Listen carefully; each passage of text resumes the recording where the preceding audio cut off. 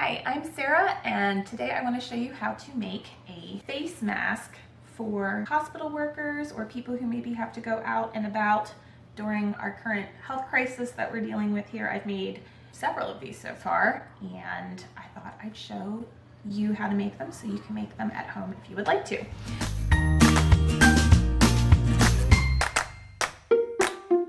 So first, I have a pattern piece that I found on a website. I think it's called Craft Passion.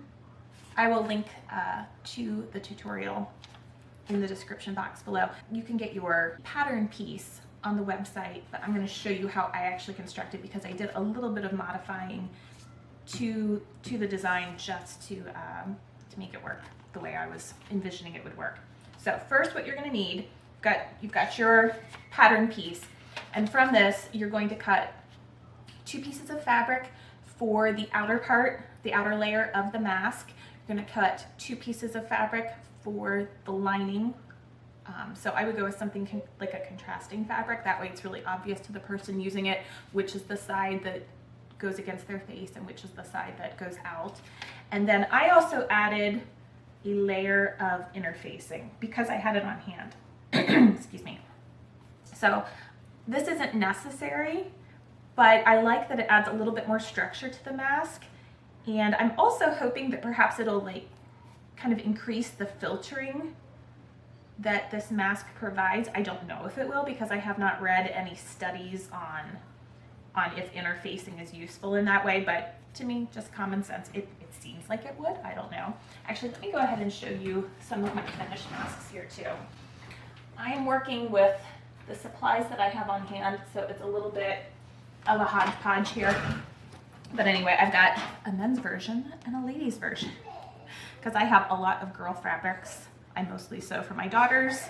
My poor son, I realized I must not be sewing for him enough because I did not have very many boy fabrics in my house, but he's only 2. I haven't had enough years, I guess, to accumulate boy fabrics for him.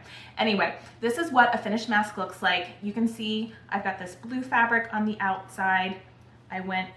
It's just like a quilting cotton, 100% quilting cotton.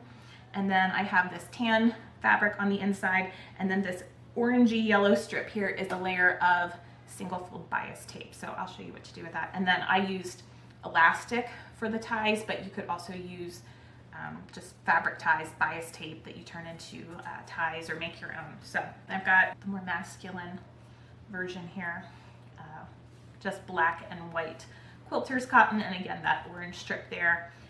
And then I created mine, the liner is actually like a pocket. I've read some articles that if you want to increase how much this mask filters out germ-wise, obviously it's not going to compare to a real surgical mask. It's just not, and I'm not here to say that it will. But I have read that it is just 2 layers of quilting cotton, maybe about 50% effective versus 97% effective from an actual surgical mask. I added that layer of interfacing, so I'm hoping that that will even increase it a little bit more, but again, that's just a guess on my part. However, some people are saying if you add a layer in here, some sort of other material to act as a filter that you could take out and either dispose of before you wash your mask, or something that would be washable and reusable too, you can cut out a piece that would fit inside your mask and kind of shimmy it in there.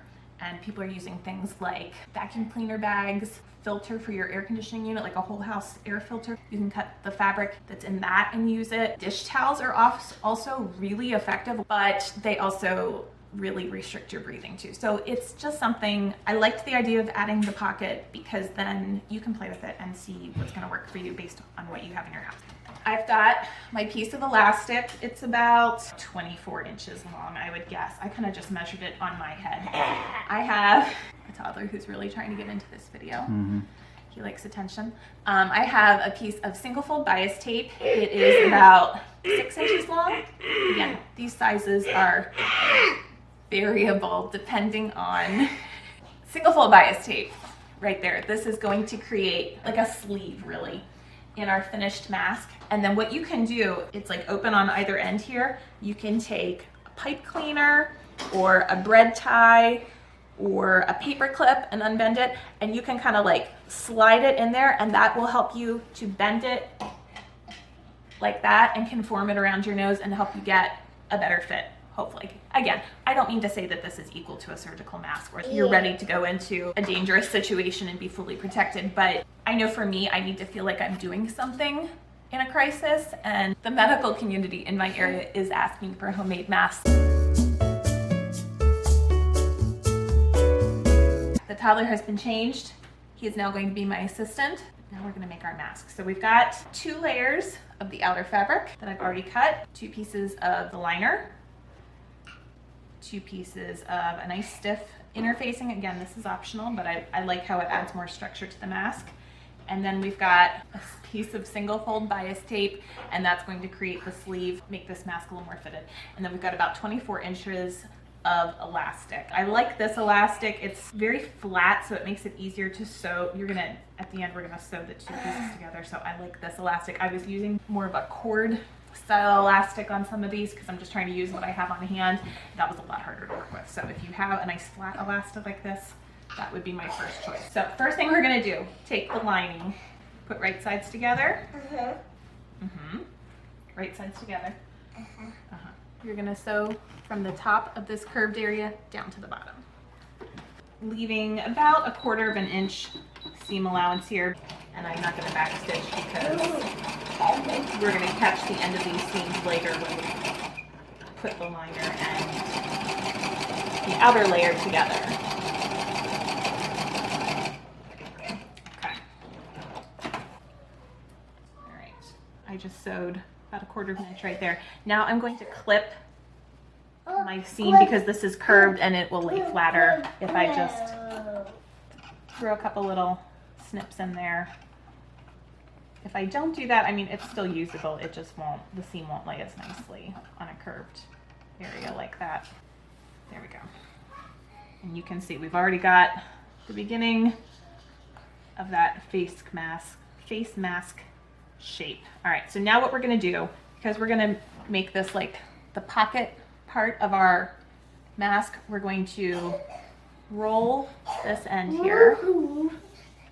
We're going to sew straight across here. We're going to do that on both ends of the mask. Yeah, can you hear all the coughing? My children decided to get sick in the midst of a pandemic.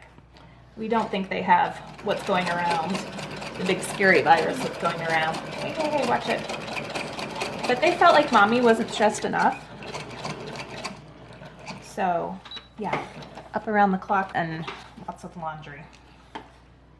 So, we've got one side sewn. Now we're gonna do the other side. And I'm not ironing these seams. Again, this is like a very utilitarian item here, so I don't feel like it needs to, like, I want it to look presentable. I don't want anyone to be embarrassed wearing this, but it doesn't have to be perfect. We can let go of our perfectionist tendencies right now, right? All right, so now we've got, this is the lining. We have sewed the 2 halves together. We have hemmed the edges, and now we are going to attach the single fold bias tape to create a sleeve for the wire that we'll add when we're ready to wear it. I'd say 5 to 6 inches long. I'm just gonna finger press it here so that I know where the middle is. And then I'm gonna line up that little fold I've created with the center seam so that I know that it's roughly the same amount on either side. Also, I am not going to turn under the edges of this because when you're gonna slide a piece of wire through here later, any little folded over fabric like that, your wire's gonna catch on it, and that's going to make it more difficult to slide the wire in there. So again, because this is a utilitarian item and this is on the inside, so if it frays a little bit, you know, no one's gonna see it even if you wear it 100 times. So I felt like that was a good call on this one, but you can do what works for you. I'm going to put it, our seam allowance is 1/4 of an inch, so obviously I don't want it closer to the edge than 1/4 of an inch, so I want it more like 1/3 of an inch. And we're going to sew on the top edge of that single fold bias tape, and then we're gonna come back and sew on the bottom edge. And you're gonna watch. I'm not opening it up and doing that first because, again, I'm just trying to make this as quickly as possible so I can make as many of them as possible. Mama. I'm really fast? Thank you. Helped it. Okay, so when I get up here to the top, I'm going to lift my presser foot and I'm going to pull the bias tape this way Yes. so that it slopes down along this side now. And it may fold over a tiny bit, and that's okay too. We just want to make sure we're sewing right along the edge so that we've left a nice roomy sleeve to insert our pipe cleaner later. That's what it looks like now that we've sewn along the top of the bias tape, and now I'm going to sew along the bottom edge of the bias tape. And I am going to back stitch this because this is one of the areas. Okay, so I have sewn across the top and bottom edge of my single fold bias tape. And now I've got a nice little sleeve there where I can insert a pipe cleaner or some other wire something. And this will be the piece that's concave like this. It's going to go up against the mouth.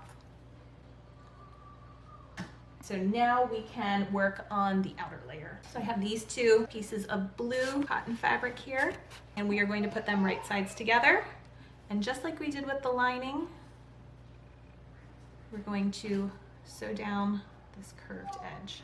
Again, leaving about a 1/4 inch seam allowance. Again, I'm going to just make some small cuts in the seam allowance of this seam because it is a curved seam. It'll help it lay a little better. You don't need a lot, just a few. Open it up, and boom, and this is what the outside of our mask is going to look like. So now I'm going to work with the interfacing lining. Again, you can skip this part altogether if you don't have any interfacing. I had some on hand and it just felt like a good idea to me, so that's what I'm doing. I'm going to put those two pieces together and again, sew along that curved edge. Yep, here comes my assistant.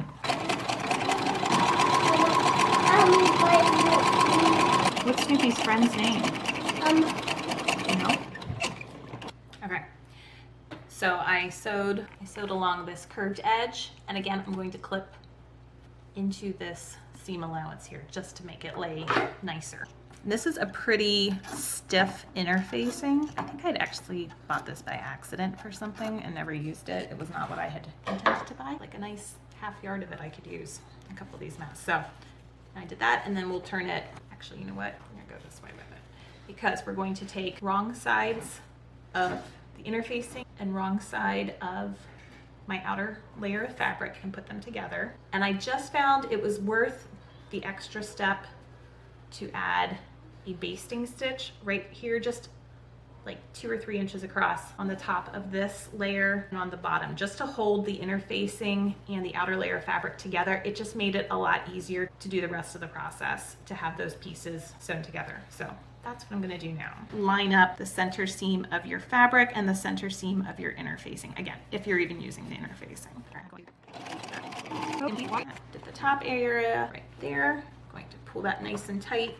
Make sure the interfacing is tucked into the fabric nice and tightly. And then I'm going to just sew just a little bit across the bottom edge here. Because this is contoured, it just was a little bit more finicky to keep all the pieces where they needed to go. So I've got my outer layer completed. I've got my lining completed. Now we can start putting them together. I'm going to put right sides together.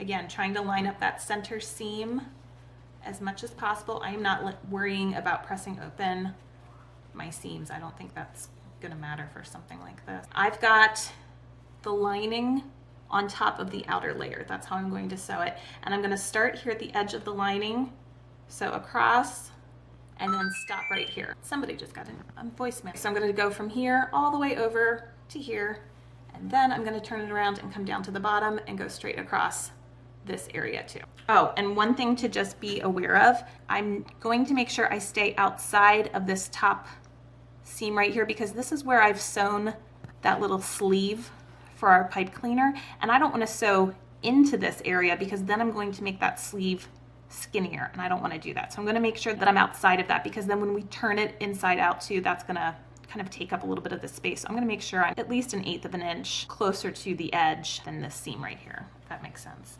And I will be back stitching on this part as well. We're sewing around that curved area there, so you may have to stop every now and then and just kind of adjust your layers of fabric to make sure everything's laying the way you want it to.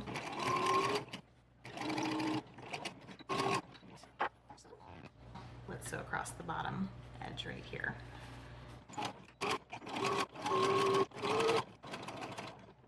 Okay, I am going to clip along this top seam because it is curved. I've forgotten to do that on a couple of them, and they still work. It was just a little bit more trouble when I turned it right side out to get everything to lay the nice way. So now we're going to turn it right sides out just by going into that pocket area right there. Just turn it inside out. All right, now you can really start to see that mask take shape. And we've got something like this. So the pocket area, you can see how that's been created. I'm choosing to top stitch across this top edge and this bottom edge because I'm making this for somebody who plans to use it when they go to work. I know they're going to be washing and reusing this mask frequently, and it will hold its shape better if I top stitch it. It won't like be all crumpled up in a ball when it comes out of the dryer. I'm going to start right down here at this edge. Actually, you know what? Something I've done on a couple of these, and this is totally optional, but I'm going to trim my interfacing because when I go later to fold it over the elastic, the interfacing was just making that too bulky. So I'm going to trim about 1/2 inch on the ends here, and I want to do that before I start sewing into that area. And again, we want to make sure we are not sewing into that sleeve that we've created for the pipe cleaner. We want to make sure we're above this seam or at least on top of it.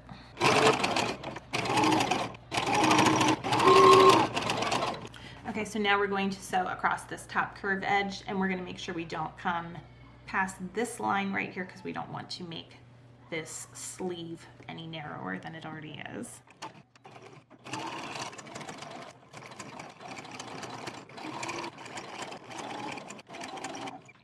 We are ready to add the elastic. Lay my elastic over this area.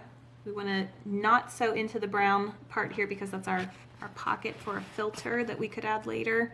So instead, I'm going to fold over this edge and then fold it over again. If I was cutting out more of these, I would probably cut this side area just a little longer than the pattern recommends, just to give myself some extra room to play with, but I already cut out a bunch of these, so we're just going to make it work. I'm going to sew right at the very edge here. However, I want to make sure I do not sew that pocket closed. And again, that's why I trimmed the interfacing out, because I'm working with something that's just barely fitting as it is. When I added that interfacing and had that wrapping around the elastic, it was just way too tight.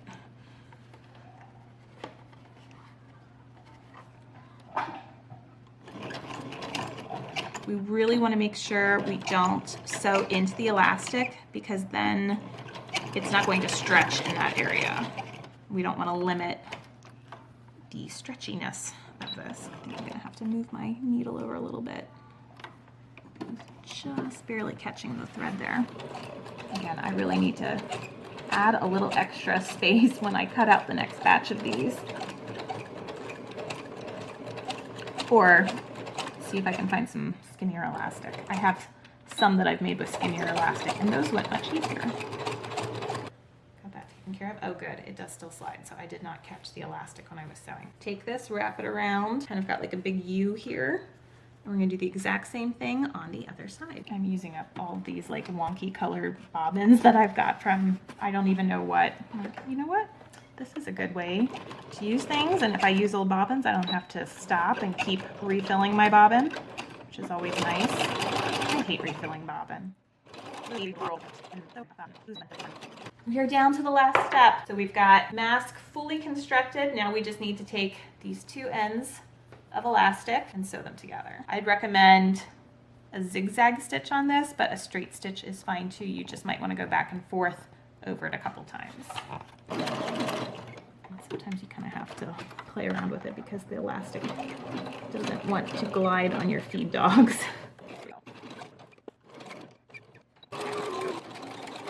Not officially backstitched, but it stayed in one place so long, I think it is well secured. What we can do is pull that into the sleeve area here and hide it, yank it. It will yield. There we go. Did it. Yay. This is how you wear it.